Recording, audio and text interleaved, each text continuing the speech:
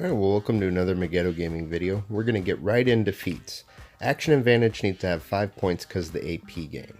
Weapon Mastery will increase your critical chance, but unless you're a human, you can really only afford to put 1 point in there. Toughness is going to give an increase to our hit points, and as we saw in our support video, that's actually more important than lifesteal because we will still proc lifesteal when we need to, and one of our armor enchantments will protect us, which we'll talk about in a future video. Now, Cunning Ambusher, whenever we leave stealth, we're going to deal damage. So when we stealth, smoke bomb, we'll go into rotation later, but we're going to be doing that quite often. Now, the next one we're going to be looking at is Endless Assault. So we deal a lot of damage with our encounter powers. This is going to give us an increase of 6% when we put 3 points into it. Now the next one, Scoundrel Training, we've only got 2 points in there because we've only got so many points to go around. This will give us additional damage to our at-will powers. In the rotation we have, we're not dealing as much damage with our at-wills, but especially when we're using Duelist Flurry, we need that extra boost. Now this one's very important. You have to have 3 points in this. So you increase the bonus damage that Strength gives you. So we're going to go into ability scores in a later video, but we definitely want to give a buff to our strength.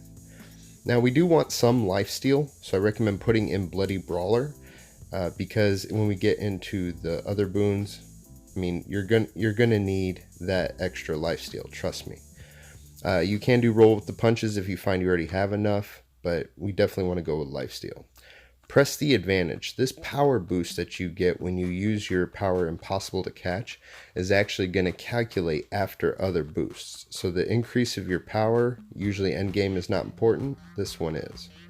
In Back Alley Tactics, we refill our AP meter quite quickly, but we get rid of it just as fast. So the percentage of damage output from this is still a viable option and should definitely be slotted. Now, Arterial Cut will increase your critical severity, and we're going to be focusing on severity and combat advantage damage, so I would recommend putting 5 points in here.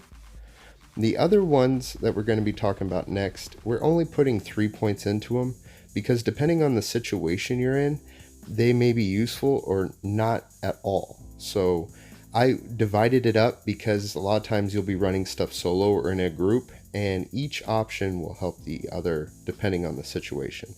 Now, Dying Breath, most bosses in this new content have mobs with it, and of course if you're doing this solo against a lot of mobs in a region, this is going to be beneficial to you. And Death Knell, we gotta have Death Knell, and we have to have Last Moments. Those two are going to get an increase of just our damage in general. It is situational based on if they're below 30% hit points or, if they're below 40% health. But either way, when that stacks with some of our equipment we'll talk about in a future video, that's going to help increase damage output greatly and help with melting bosses.